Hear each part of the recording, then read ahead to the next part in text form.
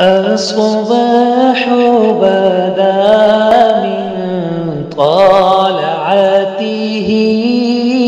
والليل دجى من وفرته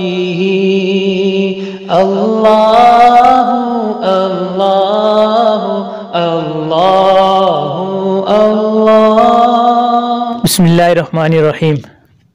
سلسلہ تحقیق و تخریج الحدیث میں آج ہم ایک واقعہ بیان کرنے والے ہیں جو عام طور پہ سوشل میڈیا پہ موسیٰ علیہ السلام کے حوالے سے وائرل ہے۔ وہ کچھ واقعہ اس طریقے سے بیان کیا جاتا ہے پوسٹ وغیرہ میں یا دیگر جگہ پہ کہ موسیٰ علیہ السلام نے ایک دفعہ اللہ تعالیٰ سے جس وقت ہم کلام ہوئے تو پوچھا، یا باری تعالیٰ مجھے یہ بتائیں کہ جنت میں میرا ساتھی اور رفیق کون ہوگا، میں اس سے ملنا چاہتا ہوں۔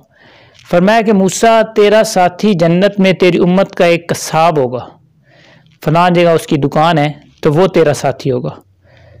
تو موسیٰ علیہ السلام واپس آئے تو اس چیز کی موسیٰ علیہ السلام کو ایک بڑی حسرت تھی، طلب تھی کہ اس قصاب میں ایسا کون سا عمل ہے جس کی وجہ سے اللہ تعالیٰ نے اس کو میرا جنت میں رفیق بنایا۔ تو موسیٰ علیہ السلام اس کی دکان پہ گئے، وہ موسیٰ علیہ السلام کو پہچانتا نہیں تھا۔ موسیٰ علیہ السلام نے وہاں دیکھا کہ اس نے گوشت جانور ذبح کیا، ایک گوشت کا ایک حصہ جناب اس نے الگ ایک جگہ پہ رکھا۔ جب دکان وغیرہ بند کر کے جانے لگا، وہ گوشت لیا جانے لگا تو موسیٰ علیہ السلام نے کہا، جی میں آپ کے گھر میں مان رہنا چاہتا ہوں۔ انہوں نے کہا جی ٹھیک ہے، کوئی بات نہیں، آ جائے میرے ساتھ۔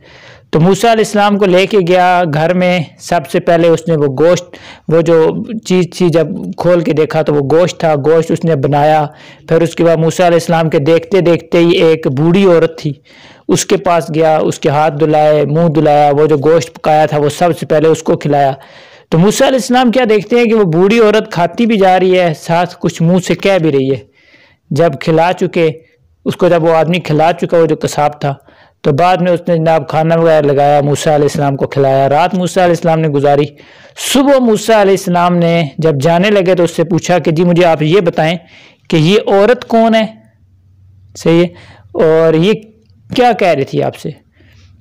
تو اس نے کہا جی میں ایک قصاب ہوں، جیسے آپ نے مجھے دیکھ لیا پیشہ، میری دکان ہے اور وہاں سے جو سب سے بہترین گوشت ہوتا ہے وہ میں گھر لے کے آتا ہوں۔ یہ میری بوڑھی عورت جو آپ کو نظر آ رہی ہے یہ میری والدہ ہے، اور یہ جب بھی میں ان کو کھانا کھلاتا ہوں یہ اسی طرح چرپائی یا کسی چیز کے اوپر جو بھی اس وقت وہ رائے تھا یہ یہاں ہی ہوتی ہیں۔ تو جب بھی میں ان کو کھانا کھلاتا ہوں تو یہ مجھے کہتی ہیں کہ تو نے مجھے خوش رکھا ہے، اللہ تجھے بھی خوش رکھے، اللہ تجھے جنت دے، اللہ تجھے جو وقت کے پیغمبر موسیٰ علیہ السلام ہے اس کا ساتھی بنائے، ان کا رفیق بنائے۔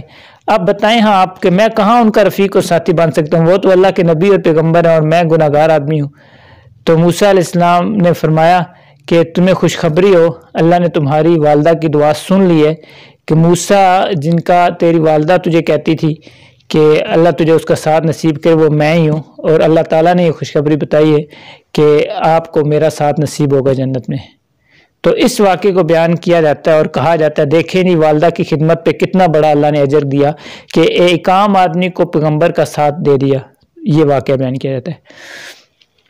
کسی مسند ماخذ کے اندر تلاش کے بعد بھی یہ واقعہ نہیں ملا، اور حدیث کی تحقیق و تخریج جن اداروں نے کی ہے انہوں نے بھی، اور اس کے علاوہ جن علماء نے اس کی تحقیق تخریج کی ہے ان سب نے یہ کہا کہ یہ قصہ، کسی نے کہا جی قصۃ مکذوبۃ، کسی نے کہا جی قصۃ باطلۃ، کسی نے کہا جی لا اصل لہا، اس کی کوئی اصل نہیں ہے، یہ اپنے طور پہ گھڑا گیا ہے، گھڑ کے عام طور پہ اس کو شامل کر لیا گیا۔ اور بعض نے تو کہا جی یہ بعض واعظین نے گھڑا ہے، گھڑنے کے بعد جناب انہوں نے اس طریقے سے آگے بیان کرنا شروع کر دیا اور پھر لوگوں میں مشہور ہو گیا۔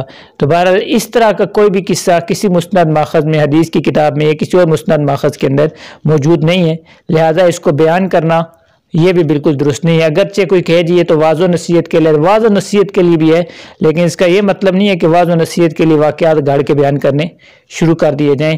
قرآن و حدیث کے اندر صحیح روایات جو ہیں قرآن کے اندر بھی، اور اسی طرح احادیث صحیحہ کے اندر والدین کی خدمت اور اسی طریقے سے ان سے دعا لینے کے حوالے سے، ان کی اہمیت کے حوالے سے، ان کی خدمت کی فضیلت کے حوالے سے احادیث صحیحہ اتنی زیادہ ہیں، اور قرآن مجید کی آیات کو اگر ہم دیکھیں جو والدین کی خدمت کے حوالے سے اور ان چیزوں کے حوالے سے جگہ جگہ قرآن نے اس کو مینشن کیا ہوا ہے، وہی اتنی زیادہ ہیں کہ اس کے بعد تو اس طرح کے واقعات گھڑنے اور ان کو بیان کرنے کی ضرورت ہی باقی نہیں رہتی۔ تو قرآن مجید کی انہی آیات کو اور وہی احادیث صحیحہ جو ہیں انہی کو بیان کیا جائے، اس طرح کے واقعات کا سہارا نہ لیا جائے۔ وصلی اللہ علی النبی الامی۔